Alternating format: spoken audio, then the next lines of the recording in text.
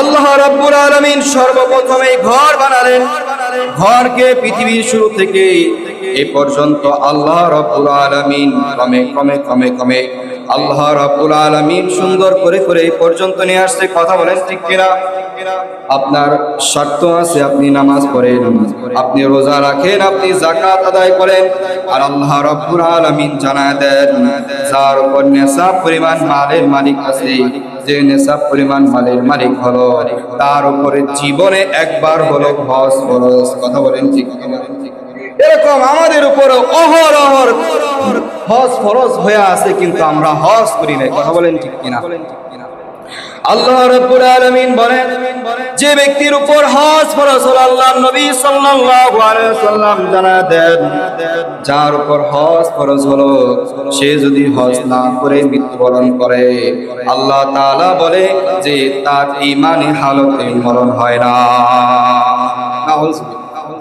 এই জন্য যাদের উপরে হজ ফরজ হয়েছে, যাদের উপরে হজ ফরজ নেশাব পরিমাণ মালের মালিক হয়েছে, অবশ্যই তারা হজ করবো ইনশাআল্লাহ। আমরা তো যুবক অবস্থায় আমাদের ইবাদতে মন আসে না, যখন আমাদের বয়স বেড়ে যায় তখন আমরা নিয়ত করি নামাজ পড়বো, রোজা রাখবো, হজ করবো। কথা বলেন ঠিক?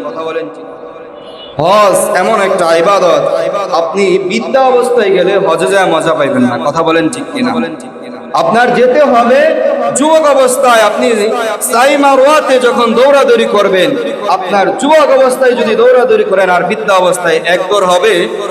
আপনি যখন তাওয়াফ করবেন আল্লাহ তাআলার ঘর, তখন কি এক হবে? এক না।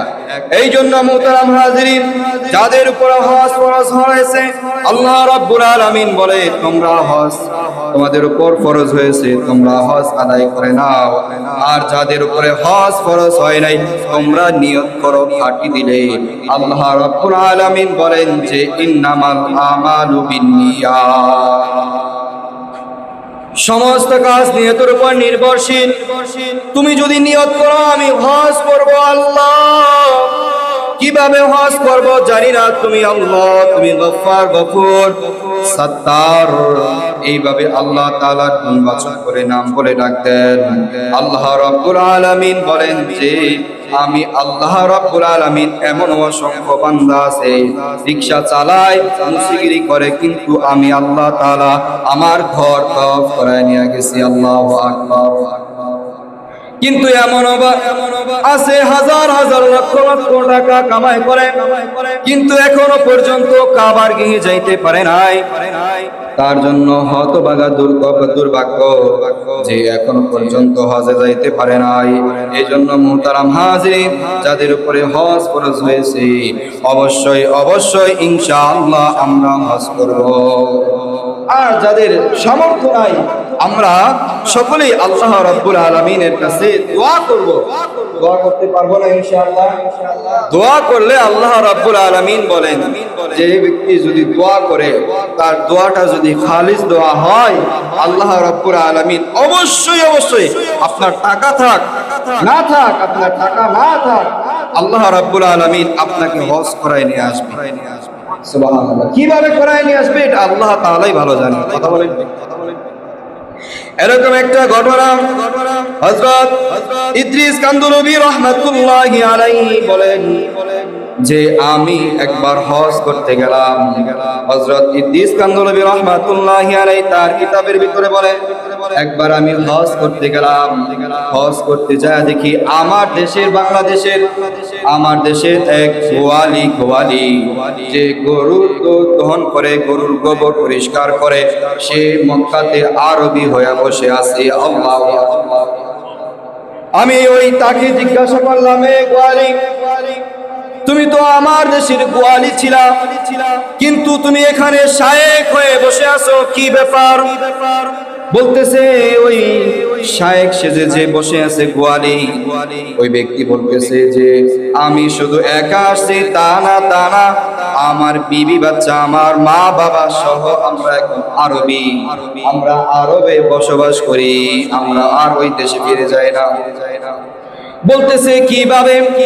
বলতেছে আমি আল্লাহ তাআলার সাথে ভালোবাসার মহব্বত করেছিলাম।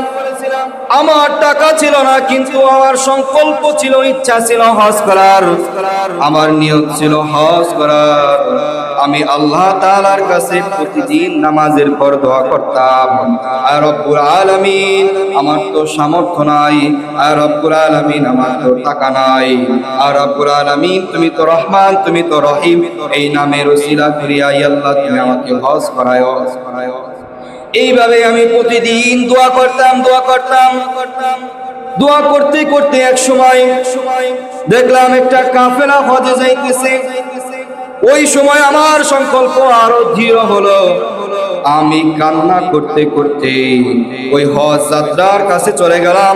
ওই সময় বিমানে মানুষ হজে যাইতো না, ওই সময় মানুষ নৌকা পথে হজে যাইতো। ওই আরবি বলতেছেন, আমি সাফিনাতুল হুজ্জাজ, আমি ওই ট্রলারের কাছে, আমি ওই সফিনার কাছে চলে গেলাম। যাওয়ার পর দেখতেছি হজ যাত্রীরা সকলেই ওই নৌকার ভিতরে আরোহণ করতেছে, এবং কিছু লোক ওই তাদের মাল গ্রহণ করে করে নৌকার ভিতরে উঠাইতেছে। এই চিত্র আমি দেখতেছি। হযরত ইদ্রিস কান্দরবির কাছে আরবি এই ঘটনা বলতেছে, আমি দেখতেছি যে তারা নৌকার ভিতরে আরোহণ করতেছে, এবং নৌকার ভিতরে যেই সব মাল সামানা নেওয়া লাগে হজের জন্য, ওই মাল সামানা, খাবার, খাদ্য, এই কিছু সংখ্যক লোক উঠায় দিতেছে। এটা আমি দেখতেছি। আমি যখন দেখতেছি, দেখতে দেখতে এক সময় আমি দেখতেছি একটা কর্মী ওই নৌকার ভিতরে ব্যথা পেয়ে পড়ে গেছে। আমি তাকে জিজ্ঞাসা করলাম কি হয়েছে? বলে আমি পায়ে ব্যথা পেয়েছি। ওই গোয়ালি বলতেছে, তাহলে তুমি তোমার ওই জ্যাকেটটা আমাকে দাও, ওই কর্মীর জ্যাকেটটা আমাকে দাও, আমি তোমার জ্যাকেট পরে কাজ করে দেব, এর বিনিময়ে তুমি এর টাকা পয়সা যা দিবে সব তুমি নিয়ে নিবা। আচ্ছা ঠিক আছে। এইভাবে করে করে ওই মাল সামানা উঠাইতেছে। ওঠানো শেষ, এক পর্যায়ে নৌকা ছেড়ে দিবে। ওই সময় গোয়ালি আর নৌকা থেকে নামে না। নৌকা থেকে ওই জ্যাকেটটা ওই কর্মীকে ঢিল দিয়া বলে, এই যে ভাই, তোমার জ্যাকেট তুমি নিয়ে নাও, তোমার পোশাক তুমি নিয়ে নাও, টাকা নিয়ে তুমি বাড়িতে চলে যাও। আর আমি মক্কার পথে চললাম। মক্কার পথে যখন নৌকা ছেড়ে দিল, নৌকা চলতেছে, ওই গোয়ালি বলতেছে, আমি এই হাজির কাপড় ধুয়ে দেই, আমি ওই হাজির সেবা করি, আমি ওইখানে রান্না করি, আমি ওইখানে তাদের সাথে এক পর্যায়ে খাবার দাবার খাই। আর ওই সময় ওই নৌকা পৌঁছাইতে প্রায় সপ্তাহের পর সপ্তাহ চলে যেত। এক সপ্তাহ, 2 সপ্তাহ পর নৌকা ভিড়ত জিদ্দার বন্দরে। এইভাবে যখন ওই গোয়ালি বলতেছে, আমি যখন দেখলাম এই তাদের সাথে থাকতে থাকতে প্রায় কয়েকদিন পার হয়ে গেছে, একজন ঘোষক ঘোষণা করতেছে, সবাই তালবিয়া পড়া শুরু করেন, যার যার পোশাক পরিধান করেন, ইহরাম করেন। আমরা জিদ্দা শহরে প্রবেশ করতেছি। কিছুক্ষণ পর জিদ্দা বন্দরে আমরা আমাদের নৌকা ভিড়াবো। গোয়ালির মাথা খারাপ হয়ে গেল। হায়, আমার তো এখানে কোনো কাগজপাতি নাই, আমি যদি এইখানে নামে যাই, আমি যদি তাদের সাথে নেমে যাই, তাহলে তো পুলিশ আমাকে আটক করবে। আমি কি করব? ওই নৌকা থেকে যখন জিদ্দার কাছাকাছি, জিদ্দা বন্দরের কাছাকাছি নৌকা ভিড়বে এমন অবস্থা, ওই গোয়ালি ওই নৌকা থেকে লাফ দিয়ে পানিতে সাঁতরায় পড়লেন। লাফ দিয়ে পানিতে পড়ে সাঁতরায়া অন্য দিক দিয়া উপরে চলে গেলেন, পাড়ের ভিতরে চলে গেলেন। যখন পাড়ের ভিতরে চলে গেলেন, চলে যাওয়ার পর কিছু দূর হাঁটার পর এমন একটা স্থানে আসার পর দেখতেছে এক মালিক তার নাতিকে দুধ দহন করার জন্য, তাদের উটের ফার্ম আছে, গরুর ফার্ম আছে, ওই গরুর থেকে দুধ দহন করার জন্য চেষ্টা করতেছে, কিন্তু দুধ দহন করতে পারতেছে না। আল্লাহু আকবার। এই গোয়ালি টিনের ফাঁকা দিয়া এই চিত্র দেখতেছে। দেখার পর দেখতেছে ওই গোয়ালি দেখতেছে তারা দুধ দহন